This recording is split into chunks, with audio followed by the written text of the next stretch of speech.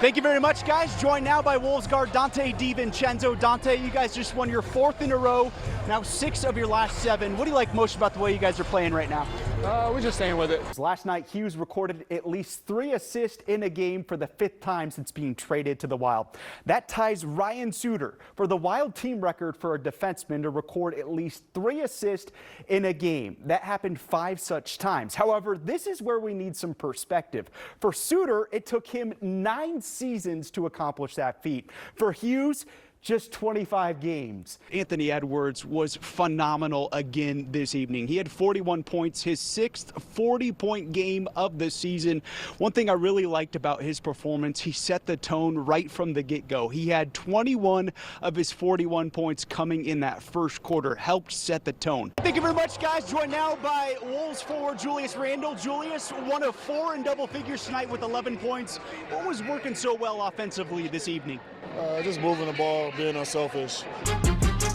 Well, after watching Game 1 of the Western Conference Finals last night, the Wolves' potential move to the Eastern Conference cannot come fast enough. The gap between the Wolves and OKC and Wemby is a canyon right now. So how do the Wolves shrink that gap? Well, that would be this guy's job. Wolves President of Basketball Operations, Tim Connolly. He offers his thoughts on a busy offseason. Joined now by Wolves guard Jaden McDaniels. Jaden, you guys just won your 3rd in a row tonight over the Heat. All 5 starters in double figures. What allowed you guys to be so balanced offensively?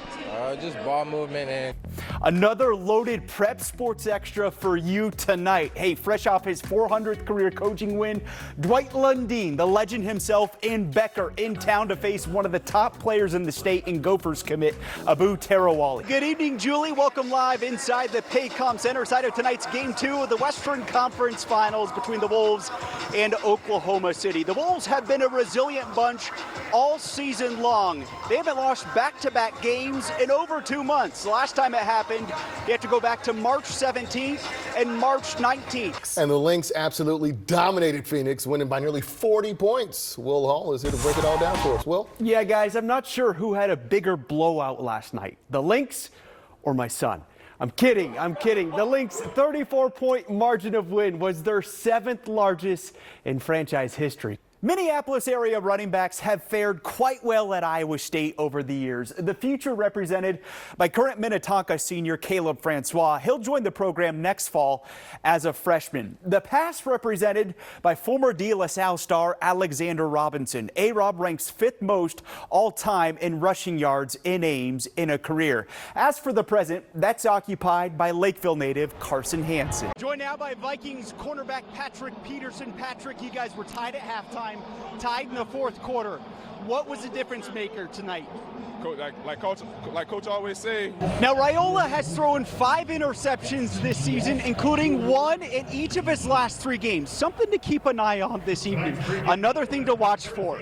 Nebraska hasn't won back-to-back road games in consecutive weeks since, get this, 2006. It's been 19 long years for the Cornhuskers. It has been a spooky start to the season for the Wild, and not in a good way. In fact, the Wild's 3-6-3 record in the month of October was the worst in franchise history. Entering tonight's game against Vancouver on a 5-game skid, just 1 win in their last 9. Still winless during this current 6-game homestand ahead of tonight's game against Vancouver. Now, a big key to the poor start, the play in between the pipes. The Wild have allowed 47 goals so far this season.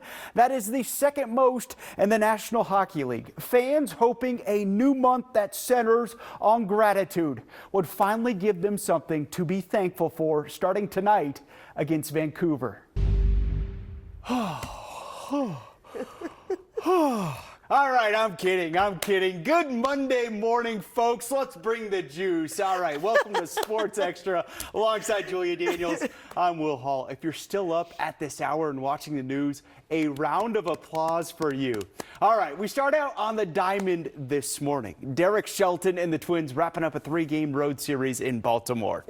All right, Wild fans, if you're looking for some sort of confidence to glean from the start of this series so far, here's what I have for you. The Wild have won 1 playoff series when trailing 0-2 in a best-of-7 series. That series, 2014. Their opponent, the Colorado Avalanche. So, you never know. You never know. As the series now shifts back to St. Paul for games 3 and 4 starting on Saturday. Guys?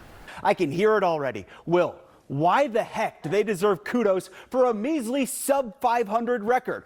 Well, I'm glad you asked. The Gophers have wins over number 22 Indiana, number 19 Iowa, number 10 Michigan State, and likely NCAA tournament team UCLA. Compare those programs' NIL budgets to the Gophers is like comparing filet mignon to cauliflower. Watch one Gophers game and How's this for good company? Shai Gilgeous-Alexander and Michael Jordan are the only guards in NBA history to average at least 30 points per game while shooting over 50% from the field in 3 consecutive seasons. He poses a massive challenge for the Wolves in this series. 24 hours later, and I still cannot believe what the Dallas Mavericks did last night. Dallas sending their superstar, Luka Doncic, to the Lakers in exchange for Anthony Davis. Absolutely insane. Speaking of unbelievable things, last night at the Target Center, the Washington Wizards, owners of the worst record in the NBA, knocked off the Wolves, snapping the Wolves' 5-game winning streak.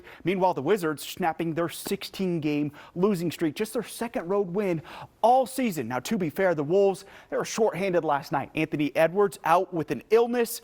Also, Julius Randle, another starter, dealing with that groin strain. He was out. Here's point guard Mike Conley talking about the roster shuffling. Welcome back to Sports Extra. We welcome in Hall of Fame and 6-time state champion coach Larry McKenzie. Coach, thanks so much for joining us. Always good to be here. It's always good to have you. Let's start out in Class 4A, the title game between Wayzata taking on Minnetonka tomorrow.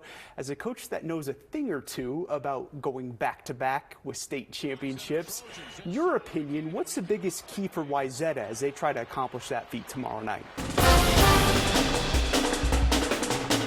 The Brooklyn Center football team finished this fall with 3 wins, a fitting number for a program that moves forward with heavy hearts. Minutes feel like hours in the moments before kickoff. The weight is heavy 3 minutes and 33 seconds left. for Brooklyn Center head football coach Rodney Pierce-Tyler. All threes across the board. The Centaurs' home opener brims with excitement for the first-year head coach. New plays to call, Give me outside zone, right to alpha. touchdowns to score, players to encourage, I don't want to hear my fault. and moments to reflect Thank you. on the one thing that's missing. Emmanuel Seward Jr., also known by loved ones as E-Man, started for Brooklyn Center at defensive end last season. He was crazy. He was definitely like more of a standout player just because of his attitude. Despite being just 5'8", 160 pounds, what E-Man lacked in size, he made up for with his fight, energy, and drive to inspire teammates. He was good, you know. He was really strong, like unexpected because he's little. On the afternoon of July 9th, 17-year-old Emmanuel and 2 of his friends went swimming in the Corey Park and Nature Preserve near St. Cloud. Me and my brothers, like, we're so close. Like, still to this day, I share locations with him, you know? The youngest of 4 siblings, Emmanuel rarely went a day without contacting his older sister, Princess. That day, I was like, I haven't heard from him. I FaceTimed him, and when I FaceTimed him, a police officer had his phone. And he's like, well, I just got a call approximately like 15 minutes ago that your brother went underwater and he didn't resurface. So I'm like, what? Like, hold up. According to the Stearns County Sheriff's Office, Emmanuel, who didn't know how to swim, jumped off a 10-foot-high cliff into the water and never resurfaced. The Midwest Medical Examiner's Office ruled the cause of death as an accidental drowning. So I'm like, where's he at? Who'd he go with? I'm like, no. I'm just thinking, I'm just trying to pray. And I'm like, no, not mine. It's like, no. I'm just trying to make it seem like it's a nightmare. I get emotional all the time. It's not a time I don't think about him, but I have to stay strong because I know that's what he'll want, you know? The Centaurs move forward with a hole in their hearts patched up by the number they play for. When you see it that 3, what goes through your mind? What does that number represent? E-Man, him himself.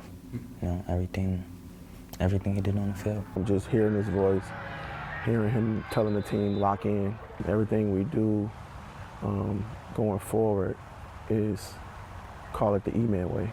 E-Man's way on full display on Fridays in the fall. We have a bigger purpose. We have a job to get done, and we know what E-Man wanted. This year, he wanted to shock the state of Minnesota when it comes to football from Brooklyn Center. E-Man's jersey on their sideline, his number on their helmets. We got our brother with us. Let's go get this dub. E-Man with them in every huddle. 6, 1, 2, 3, 4, 5, 6. Let's go. His scrappy energy shining through every down. That means a lot. I'm not gonna lie. It does mean a lot because this meant a lot to my brother. Like, he has so much potential. His helmet watching silently from the sideline, providing comfort as another fourth quarter passes by. Thank you.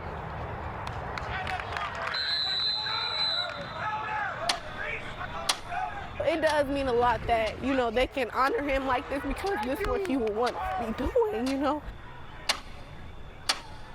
In Brooklyn Center, Will Hall, KARE 11 Sports.